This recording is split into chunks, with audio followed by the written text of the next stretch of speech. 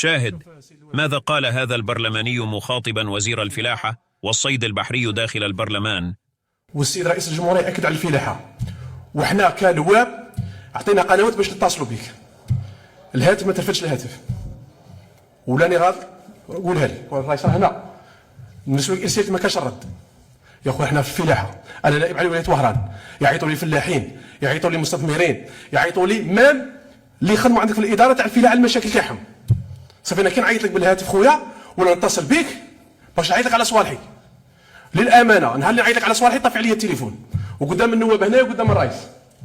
هذه هي خويا، حنا هنا نواب الشعب جينا باش نقولوا والشعب يملي علينا الضمير تاعنا والامانه نوصلوها لك. دونك انت راك في وزاره الفلاحه، وزاره السياديه، الشرف الله يدوق عليك، كنا كنعيطوا له في التليفون وراه لا يرد للامانه ونتواصلوا معاه في الواتساب في كذا ويرد علينا. انت لقيتك في وهرن واتصلت بك في وهرن وقلت لي سي بون بعد يا من عاش. كي غادي نخدم معاك انا دروك؟ ياك انا عندي حق الرقابه عليك وراني غلط انا كنائب كمجلس شعبي وطني. اسمح لي الرئيس الله يفتح عليك، هذه امانه نوصلوها. حنا النواب هنا جينا نوصلوا امانه تاع الشعب. ماذا بك تمشى معنا في الامر هذا.